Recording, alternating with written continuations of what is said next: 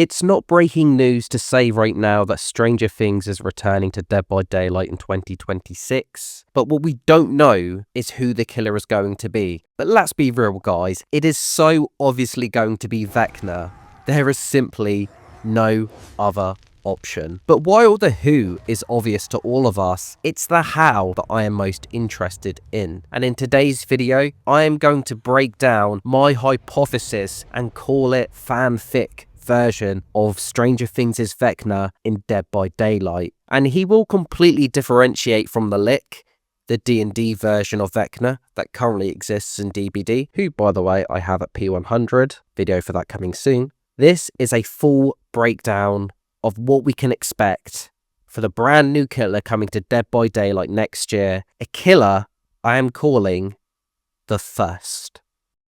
Now the First, where did that name come from, you may ask? Of course, I am referencing the 001 tattoo from Henry Creel in Stranger Things, who is obviously Vecna. Unlike the Dungeons and Dragons Lick, who floats with magical grace, the First is a biological horror. He shouldn't just float. He should be propelled by moving vines that snake out of his back, dragging behind him on the floor, making that wet, squelching sound that just makes you want to curdle up into a ball and cry. His way of injuring survivors, does he need a weapon? Absolutely not.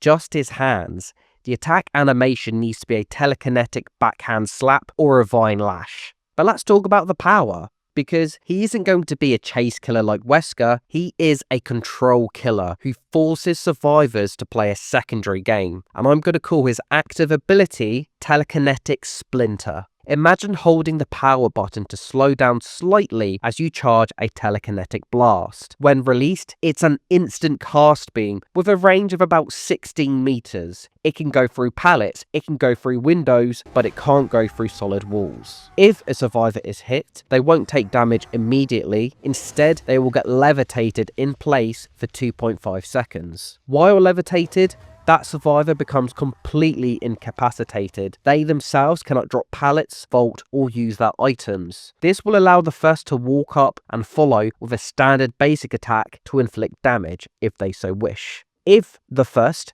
misses the follow-up or gets stunned in the process by another survivor, the survivor levitating instantly drops. This makes him deadly at loops. You can't camp a pallet if he lifts you right over it. But guys, I have so much more exciting ideas for this, because the real flavour comes from his passive ability, and that is the grandfather clocks. This is the core slowdown. Think the pig's boxes meets the Onryo's TV, but times 10 more aggression. At the start of the match, 4 grandfather clocks will spawn across the map. Every 60 seconds, a map-wide chime rings out.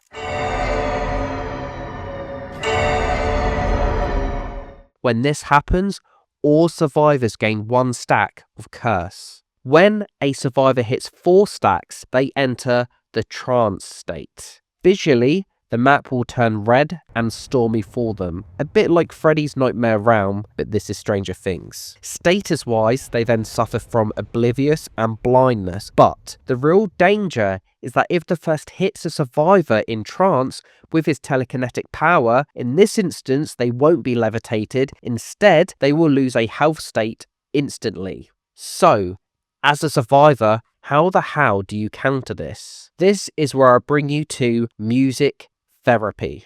Survivors will need to rummage through special chests to find a classic 80s cassette player. You gotta keep it with the theme, right? So you take that cassette player to a grandfather clock and initiate a 6-second interaction called Play Song. This will remove all curse stacks and grants a 5% haste effect for 10 seconds. This will force survivors off of generators and create a constant sense of urgency and hopefully excitement during the match. Now, the big ones.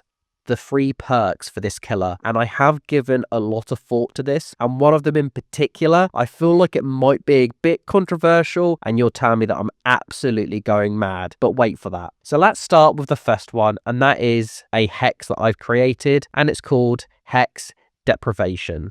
While this particular hex is active, all survivors suffer from a permanent blindness status effect. Furthermore, the audible distance of survivors' grunts of pain is increased by 50%. And this is the kicker, they cannot hear the repair sounds of generators unless they are within 8 meters of them. It strips away their information. You can't see auras, you're louder when injured, and you can't even tell which gen is being worked on until you're right on top of it. It forces them to play terrified or to find the hex.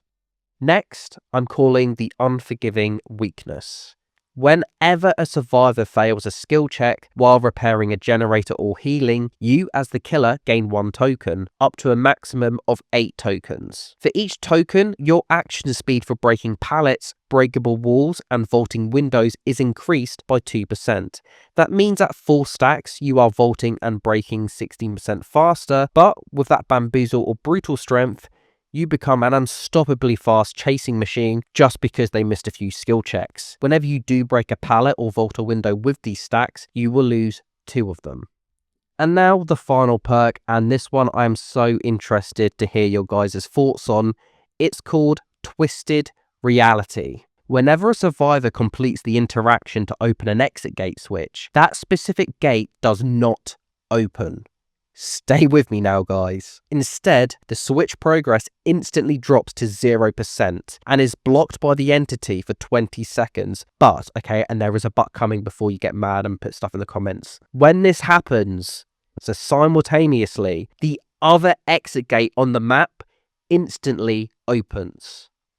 So let me give you the scene.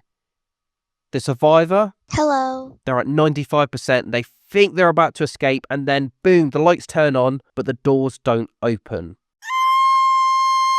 The other end of the map, their Swiffer's going, holy hell guys, the exit gate just opened up in front of me, so they're gonna get out. It's a bit of a troll perk, it's a bit of a fun perk. I'm not entirely sure how fair this perk would be and if it would really sit in the meta, but it's one I've been thinking about for a long time, and I actually think it would suit this version of Vecna very well. So let's just wrap this up. This idea of mine is a killer who controls the flow of the match with clocks, denies loops with telekinesis, and brings perks that punish healing and completely troll the endgame. I guess it depends entirely on just how much behavior sticks to the source material of the Stranger Things Vecna, but there is a lot of opportunity there and a lot of creative things that they will hopefully do.